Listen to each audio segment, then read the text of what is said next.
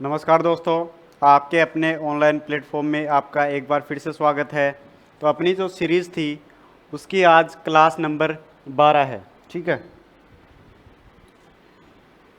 Class number अपनी 12 है और आज की क्लास के अंदर अपने 3 चैप्टरों के क्वेश्चन करने वाले।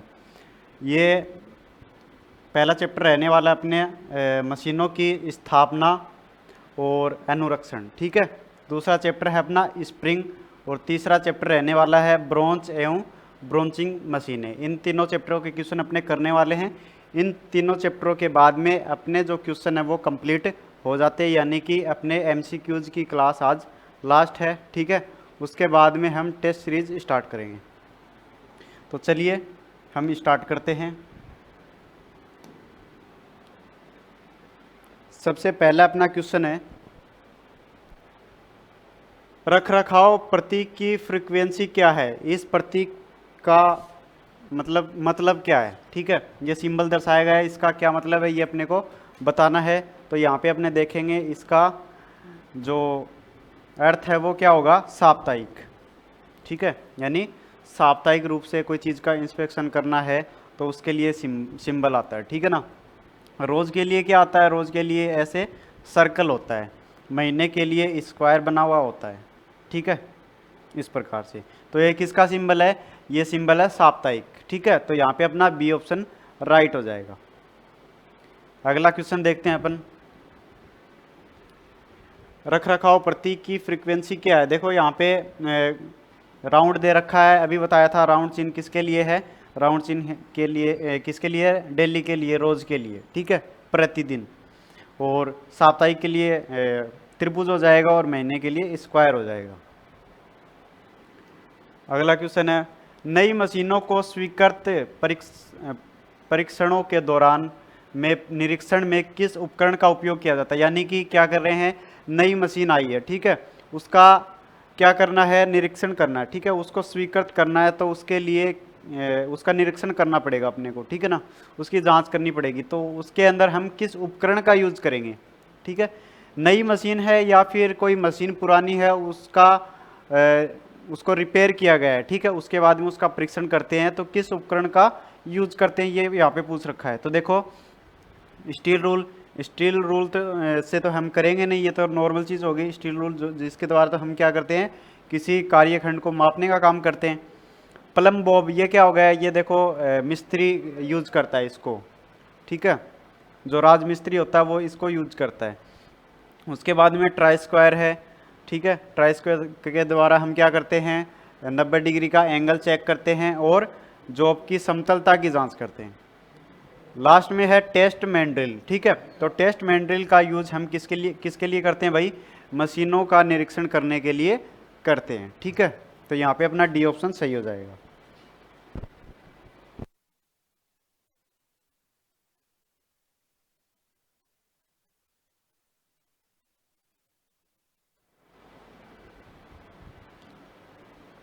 नेक्स्ट है, मशीन पर ज्यामितीय परीक्षणों से पहले किए जाने वाले ऑपरेशन का नाम क्या है। ठीक है, यहाँ पे क्या बोल रहा है कि मशीन का परीक्षण करना है। ठीक है ना, नई मशीन आई है उसका निरीक्षण करना है। ठीक है, और निरीक्षण करने से पहले हम क्या करेंगे, उसको सही ढंग से मतलब कि रखेंगे, यानी कि वो सही लेवल पे या नहीं है। ठीक है ना, टेढ़ी मेढ़ी तो नहीं है।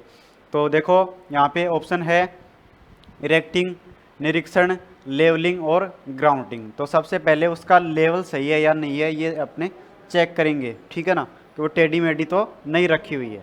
तो यहाँ पे सी ऑप्शन सही हो जाएगा। नेक्स्ट है, किसी मशीन के क्षैतिज और ऊर्ध्वाधर स्तरों की जांच करने के लिए क्या उपयोग किया जाता है। देखो यहाँ पे क्या बोल रहा है, क्षैतिज और ऊर्ध्वाधर दोनों स्तरों पे क्या करना है, मशीन की जांच करनी है कि अपनी जो मशीन है ऊर्ध्वाधर यानी कि ऐसे अपनी मशीन है। ठीक है, तो वो ऐसे या ऐसे तो नहीं है। ठीक है ना, एकदम सीधी होनी चाहिए, वो चेक करेंगे। और क्षैतिज यानी कि वो थोड़ा सा ऐसे ऐसे तो नहीं है। ये दोनों चेक करने के लिए हम किसका यूज करेंगे, ब्लॉक स्प्रिट लेवल का यूज करेंगे। ठीक है, इसके अंदर अपने दोनों का जांच कर सकते हैं, क्षैतिज का भी और ऊर्ध्वाधर का भी जांच कर सकते हैं। ठीक है ना, तो यहाँ पे अपना बी ऑप्शन सही हो जाएगा। मेसन लेवल सही नहीं होगा और सिंपल स्प्रिट लेवल, ये तो एक चीज़ की जांच करेगा, ठीक है ना। सटीक स्पिरिट लेवल, ये भी सही नहीं होगा, तो अपना बी ऑप्शन राइट हो जाएगा। नेक्स्ट देखते हैं, स्टीम टरबाइन के लिए ग्राउंडिंग के रूप में किस सामग्री का उपयोग किया जाता है, ठीक है। तो इसके लिए हम किसका यूज करेंगे, ऑप्शन देखो, ए ऑप्शन है लेड का, बी ऑप्शन है सल्फर का, और सी ऑप्शन है मिट्टी चूना ईंट ग्राउंड, और डी ऑप्शन है सीमेंट कंक्रीट ग्राउंड। तो ठीक है, तो स्टीम टरबाइन के लिए हम किसका यूज करेंगे, हम यूज करेंगे लेड का, ठीक है, हम लेड का यूज करेंगे। उसके बाद में सल्फर है, इसका यूज कब करेंगे, जब तेल ग्रीस से तेल ग्रीस वहाँ पे पड़ता हो, ठीक है, उससे बचना हो, ठीक है, उससे प्रभावित होना हो, तो उसके लिए हम सल्फर का यूज करेंगे, ठीक है। उसके बाद में जो सीमेंट कंक्रीट वाला है उसका यूज हम जहाँ पे कंप्रेसिव लोड लगता हो वहाँ पे करेंगे। तो यहाँ पे अपना लेड ऑप्शन सही हो जाएगा, ए ऑप्शन सही हो जाएगा। नेक्स्ट देखते हैं, फाउंडेशन बोल्ट का क्या नाम है, इस फाउंडेशन बोल्ट का क्या नाम है। इसके अंदर देखो ये फाउंडेशन बोल्ट है, इसके ऊपर ये तार जैसा सा लपेट रखा है, ठीक है। तो इसको क्या बोलते हैं, इसको बोलते हैं अपने क्या, रोल बोल्ट। यहाँ पे सी ऑप्शन राइट हो जाएगा अपना, ठीक है। तो 7 नंबर क्वेश्चन के अपन अंदर सी ऑप्शन करेक्ट हो जाएगा। अगला देखते हैं, कौन सा ग्राउंडिंग प्रक्रिया तेल या ग्रीस से अप्रभावित होती है। तेल या ग्रीस से अप्रभावित कौन सा ग्राउंड होता है, तो मैंने आपको बताया था सल्फर वाला, ठीक है। तो यहाँ पे बी ऑप्शन सही हो जाएगा, सल्फर ग्राउंड। नेक्स्ट है, ज्यामितीय परीक्षण के लिए कितने प्रकार के टेस्ट मेटेरियल उपयोग होते हैं। देखो ज्यामितीय परीक्षण, मशीन का परीक्षण करने के लिए किसका यूज करते हैं, मेंड्रिल का यूज करते हैं। मेंड्रिल कितने प्रकार के होते हैं भाई, तो मेंड्रिल अपने 2 प्रकार के होते हैं, ठीक है। कितने प्रकार के होते हैं, 2 प्रकार के होते हैं। कौन कौन से, एक तो होता है सॉलिड और दूसरा होलो। एक तो सॉलिड और दूसरा होता है होलो, 2 प्रकार के ये मेंड्रिल होते हैं। अगला क्वेश्चन देखेंगे, मशीन टूल का परीक्षण करते समय ज्यामितीय परीक्षण क्यों किया जाता है। ज्यामितीय परीक्षण क्यों करते हैं, अपने मशीन, नई मशीन आ गई या फिर कोई पुरानी मशीन है, उसका क्या किया, मेंटेनेंस किया, ठीक है, उसको सही किया, तो उसके बाद में उसका परीक्षण करते हैं। क्यों करते हैं, ताकि हम देखें कि उसका ग्रेड वगैरह सही है या नहीं है, वो अच्छे से काम कर रही है या नहीं कर रही है। तो देखो ए ऑप्शन देखो, मशीन का परफॉर्मेंस, मशीन के स्तर की जांच करना, मशीन के कौशल की जांच करना, मशीन के ग्रेड और एक्यूरेसी की जांच करना। यहाँ पे डी ऑप्शन अपना राइट हो जाएगा कि उसकी ग्रेड की जांच और एक्यूरेसी की जांच की जाती है। इस फाउंडेशन बोल्ट का नाम क्या है। देखो ये बोल्ट के अंदर यहाँ पे देखो खांचे काट दिए गए, यहाँ पे ये आप देखोगे तो यहाँ पे खांचे काट दिए गए हैं। जब इसको लगाया जाएगा फिर ऊपर से कंक्रीट वगैरह भरा जाएगा तो इसके अंदर मसाला चला जाएगा, ठीक है, तो ये जाम हो जाएगा। तो इसको क्या बोलते हैं, इस बोल्ट को बोलते हैं रैग बोल्ट। यहाँ पे ए ऑप्शन सही हो जाएगा। कौन सा बोल्ट है ये, रैग बोल्ट है, ठीक है। किसके अंदर आते हैं ये, फाउंडेशन बोल्ट के अंदर आते हैं, ठीक है। मशीन को जमीन के साथ में फिक्स करने के लिए इसका यूज करते हैं, ताकि मशीन है वो अपनी मजबूती से जमीन के अंदर लगी रहे, कंपन के कारण हिले नहीं। नेक्स्ट है, स्पिरिट लेवल के कई ग्लास ट्यूब में कवर्ड होगा यहाँ पे, ठीक है, कवर्ड ग्लास ट्यूब में किस प्रकार का तरल पदार्थ भरा जाता है। स्पिरिट लेवल है, ठीक है ना, कवर्ड ग्लास वाला, उसके अंदर किस प्रकार के तरल को भरा जाता है। तो देखो पेट्रोल को, बेंजीन को, डिस्टिलेट जल को और औद्योगिक एल्कोहल को। तो इसके अंदर अपना डी सही हो जाएगा, औद्योगिक एल्कोहल को भरा जाता है। नेक्स्ट है, सीधे किनारे का उद्देश्य क्या है। सीधा किनारा का क्या मतलब है, स्ट्रेट एज की बात कर रहा है यहाँ पे। देखो straight edge, straight edge, straight edge है, इसके द्वारा हम क्या करते हैं, इसके द्वारा हम स्ट्रेटनेस की जांच करते हैं, ठीक है, और समतलता की जांच करते हैं। तो यहाँ पे देखो समानता का परीक्षण, सीधेपन का परीक्षण, परीक्षण सांद्रता, परीक्षण सन की। तो यहाँ पे बी ऑप्शन सही है, टेस्टिंग स्ट्रेटनेस, बी ऑप्शन यहाँ पे राइट हो जाएगा। नेक्स्ट है, ब्लॉक स्पिरिट लेवल बनाने के लिए किस मटेरियल का उपयोग किया जाता है। यहाँ पे क्या बोल रहा है, ब्लॉक स्पिरिट लेवल बनाने के लिए किस मटेरियल का यूज करते हैं, जो ब्लॉक वाला होता है जो दोनों चेक करता है उसको किस धातु से बनाते हैं। तो देखो यहाँ पे ऑप्शन सफ़ेद कास्ट आयरन, टूल स्टील, उच्च कार्बन इस्पात और तनाव मुक्त कास्ट आयरन या फिर स्टील। तो यहाँ पे अपना डी सही हो जाएगा, स्ट्रेस फ्री कास्ट आयरन और स्टील। नेक्स्ट देखते हैं, नींव के लिए सीमेंट, रेत और पत्थर के कंक्रीट मिक्सर का अनुपात क्या है, इनका अनुपात क्या है तीनों चीज़ों का। तो देखो यहाँ पे अनुपात होगा 1:2:4। ठीक है, देखो 1 अनुपात के अंदर तो क्या होगा, सीमेंट होगी, यानी सीमेंट को कम मिलाएंगे, उसके बाद में रेत को मिलाएंगे और पत्थर के कंक्रीट को। ठीक है ना, जैसे कि आपने देखें कि एक परात है वो तो ले लिया आपने क्या, सीमेंट का, उसके बाद में 2 परात लेंगे बालू का और 4 परात लेंगे अपने किसका, कंक्रीट का। ठीक है, इस प्रकार से। तो यहाँ पे अपना ए ऑप्शन सही हो जाएगा। स्ट्रेट एज का उद्देश्य क्या है, स्ट्रेट एज का क्या उद्देश्य बताया था, स्ट्रेटनेस को जांच करना। तो सैक को विमर्शेबल सीमा में रखना, वस्तु की लंबाई मापने के लिए, वस्तु की स्ट्रेटनेस का परीक्षण करना। ठीक है, तो यहाँ पे अपना सी ऑप्शन राइट हो जाएगा। अगला क्वेश्चन देखते हैं, फाउंडेशन बोल्ट का नाम क्या है, ये कौन सा फाउंडेशन बोल्ट यहाँ पे दर्शाया हुआ है। तो देखो यहाँ पे ये है अपना conical washer foundation bolt, D option यहाँ पे राइट हो जाएगा। ठीक है ना, नेक्स्ट है, मशीनों के लिए फाउंडेशन बोल्ट क्यों आवश्यक है, फाउंडेशन बोल्ट को हम क्यों लगाते हैं, लगाते ही क्यों हैं। तो देखो कंपन निरीक्षण के लिए, मशीन को मजबूती से पकड़ने के लिए, उत्पादन में सुधार करने के लिए और मशीन को शिफ्टिंग से बचने के लिए। तो यहाँ पे हम इसलिए यूज़ करते हैं ताकि मशीन को मजबूती से पकड़ सकें, इसलिए हम फाउंडेशन बोल्ट का यूज करते हैं। नेक्स्ट है, वेंडिंग के माध्यम से आमेलित ऊर्जा के लिए कौन सा स्प्रिंग प्रयुक्त होता है। यहाँ पे देखो कौन सा चैप्टर शुरू हो गया, अपना स्प्रिंग वाला चैप्टर शुरू हो गया। ठीक है, स्प्रिंग का चैप्टर, इसके अंदर पूछ रहा है वेंडिंग के माध्यम से आमेलित ऊर्जा के लिए कौन सा स्प्रिंग प्रयुक्त होता है। ठीक है, तो यहाँ पे कौन सा स्प्रिंग होगा, देखो conical disc spring, helical compressive, leaf spring और हेलिकल टेंशन स्प्रिंग। तो यहाँ पे अपना सही आंसर हो जाएगा लीफ स्प्रिंग। किसका यूज किया जाएगा, लीफ स्प्रिंग का यूज किया जाएगा। नेक्स्ट देखते हैं, एक यांत्रिक डिवाइस जो ऊर्जा संचय करती है जब ऊर्जा के समतुल्य मात्रा जो मुक्त किया जाता है वापस करने और।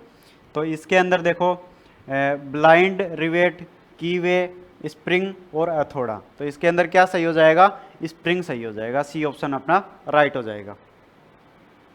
नेक्स्ट है, निम्नलिखित में से कौन सी स्प्रिंग सीमित अक्षीय लंबाई में उपयोग की जाती है। यहाँ पे क्या बोल रहा है कि कौन सी स्प्रिंग है जो कि सीमित अक्षीय लंबाई के अंदर उपयोग की जाती है, वो कौन सी स्प्रिंग होती है।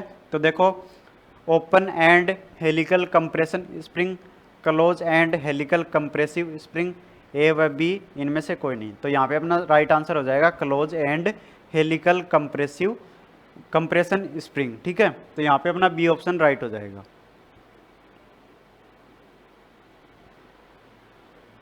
नेक्स्ट देखते हैं, प्रदर्शित चित्र में कंप्रेसिव लोड के लिए प्रयुक्त की जाने वाली हेलिकल कंप्रेशन स्प्रिंग कौन सी है। हेलिकल कंप्रेशन स्प्रिंग कौन सी है जो कि कहाँ यूज की जाती है, कंप्रेसिव लोड के लिए यूज की जाती है, वो कौन सी है, देखो ए ऑप्शन वाली, यही है अपनी हेलिकल कंप्रेशन स्प्रिंग। ठीक है, और ये वाली स्प्रिंग है, ये कौन सी हो जाएगी, हेलिकल टेंशन स्प्रिंग, और ये वाली फ्लैट स्प्रिंग है, और ये हो जाएगी अपनी कोनिकल डिस्क स्प्रिंग। ठीक है, तो 4 नंबर क्वेश्चन के अंदर अपना ए ऑप्शन राइट हो जाएगा। नेक्स्ट है, वह स्प्रिंग संपीड़ित भार को सहन करती है, वह कौन सी स्प्रिंग होती है। तो देखो helical compressive spring, helical tension spring, conical disc spring और लीफ स्प्रिंग। तो इसके अंदर अपना ए ऑप्शन राइट हो जाएगा। कौन सी स्प्रिंग होती है वो संपीड़ित भार को सहन करने के लिए? Helical compressive spring, A option सही हो जाएगा। नेक्स्ट है